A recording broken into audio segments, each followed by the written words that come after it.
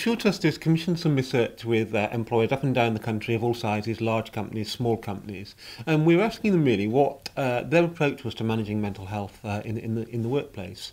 And one of the questions was, how many of your employees do you think have a mental health condition? And the findings that came back were quite surprising really on one level. Around about 70% of employers came back and said actually they thought less than 5% of their employees would have a mental health issue, and about half said they didn't think anybody would ever have a mental health issue.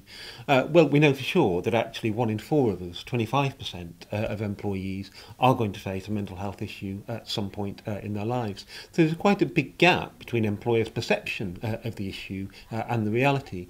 And I think actually it's quite difficult to manage a problem if you don't know the scale of it. I think that it's quite a broad range. Mental health is a wide-ranging term. And of course, a lot of the mental health issues may not be precipitated by work, but may actually be things that are happening at home in their wider life, but they bring that into the workplace.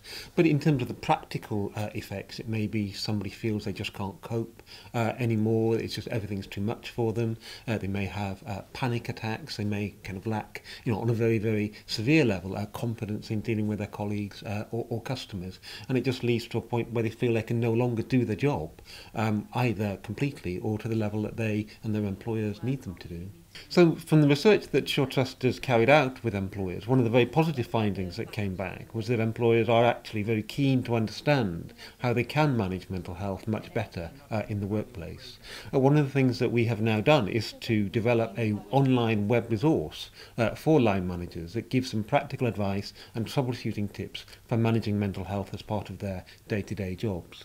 Now, the web resource looks at 3 things. It looks at one, if you have an employee who comes to you and says, I've got a mental health issue, you know how to respond appropriately.